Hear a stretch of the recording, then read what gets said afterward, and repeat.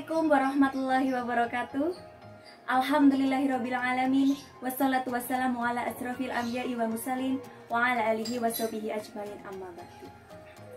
Puji syukur kita panjatkan kepada Allah Subhanahu wa taala yang telah melimpahkan rahmat dan hidayahnya sehingga kita semua masih diberikan kenikmatan, nikmat sehat, nikmat sempat, nikmat masih diberikan merasakan puasa Ramadan tahun 1442 Hijriah ini.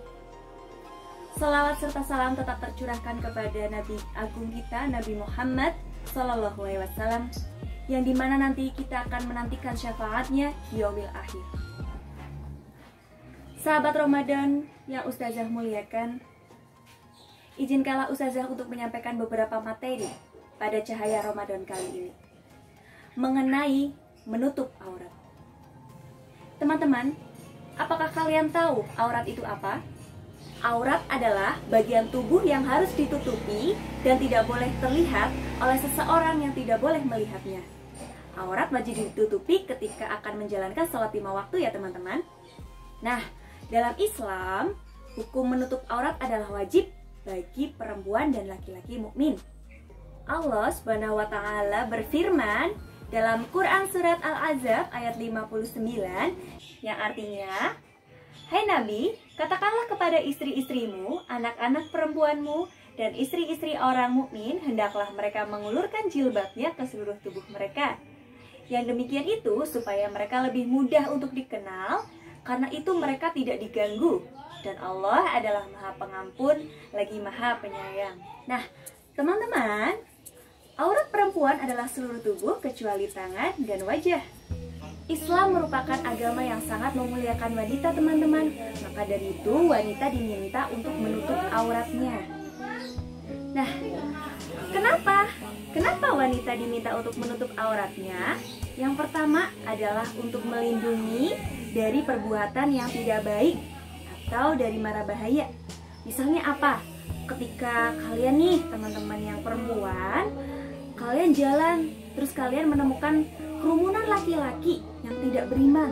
Lalu ketika kalian jalan, otomatis kalian pasti digodain ya. Kalau misalnya tidak menutup aurat, otomatis laki-laki tersebut pada menggoda, bersiul, atau meledek ya. Tapi beda ketika kita berpakaian rapi, ketika kita berpakaian menutup aurat, otomatis orang-orang tersebut memuliakan kita dan tidak menggoda kita. Nah, itu salah satu fungsi dari menutup aurat. Misalnya nih, Ustazah perumpamaan ya. Nah, ini Ustazah punya 2 coklat teman-teman. Nah, tidak boleh dimakan ya karena masih puasa. Ada 2 coklat teman-teman. Yang satu ini, yang satu ini. Nah, ini tertutup dan ini yang tidak ada bungkusnya. Teman-teman, Ustazah mau tanya, ketika yang kedua coklat ini ditaruh di meja, lalu kira-kira 1 jam kemudian apa yang terjadi dari kedua coklat ini teman-teman? Iya betul, yang coklat tidak ditutup pasti nantinya akan dikerubutin oleh semut. Sedangkan yang ini aman, tidak diganggu oleh semut. Nah, kedua coklat ini adalah perumpamaan kita. Ketika kita menutup aurat, kita akan terjaga dari mara bahaya. Tapi jika kita mengumbar aurat, memakai pakaian mini dan tidak tertutup, nasibnya akan seperti coklat yang tidak ada bungkusnya, dikerumutin oleh semut. Seperti itu. Nah, ini hanya perumpamaan saja, teman-teman. Nah, itu salah satu tujuan kenapa wanita diminta untuk menutup auratnya. Yang kedua, menutup aurat bagi wanita akan melindungi dirinya sendiri dari perbuatan yang tidak baik.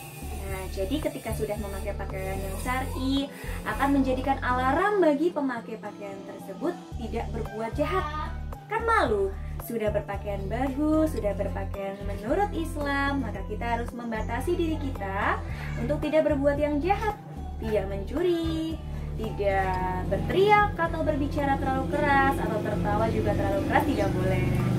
Nah, yang ketiga, fungsi dari menutup aurat bagi wanita tentu saja akan mengantarkan dirinya ke dalam surga. Wanita tidak menutup aurat tidak bisa mencium bau surga, teman-teman. Bayangkan, mencium saja tidak bisa, apalagi masuk. Naudzubillah min dzalik. Jangan sampai kita tidak bisa masuk ke surga ya. Teman-teman di sini semua ingin masuk surga kan?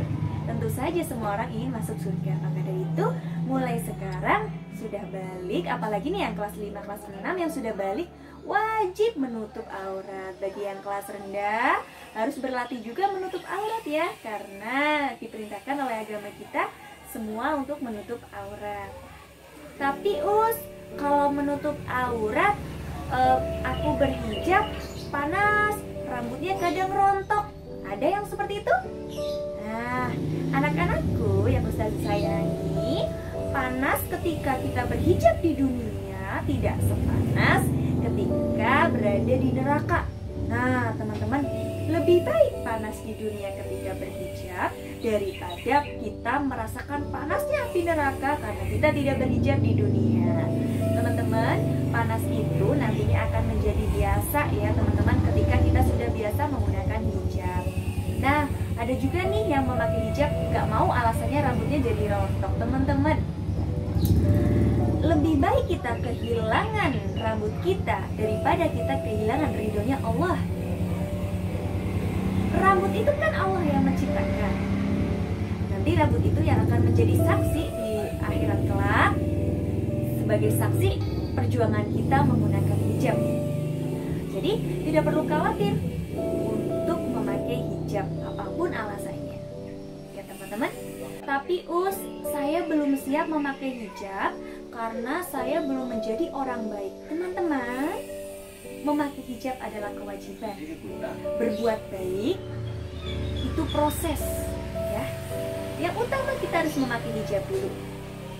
Syukur-syukur akhlak kita akan mengikuti menjadi baik. Seburuk-buruk akhlak kita harus tetap berhijab. Jangan mentang-mentang kita akhlaknya buruk, kita tidak mau memakai hijab. Tidak boleh ya, karena memakai hijab itu wajib. Seperti itu. Nah, bukan hanya itu saja teman-teman. Dalam Islam juga laki-laki dianjurkan untuk menutup aurat. Apa kalian tahu aurat laki-laki itu batasannya mana sampai mana? Ada yang tahu? Aurat bagi laki-laki terdapat pada Quran surat An-Nur ayat 30 yang artinya, katakanlah kepada laki-laki yang beriman agar mereka menjaga pandangannya dan memelihara kemaluannya, yang demikian itu lebih suci bagi mereka.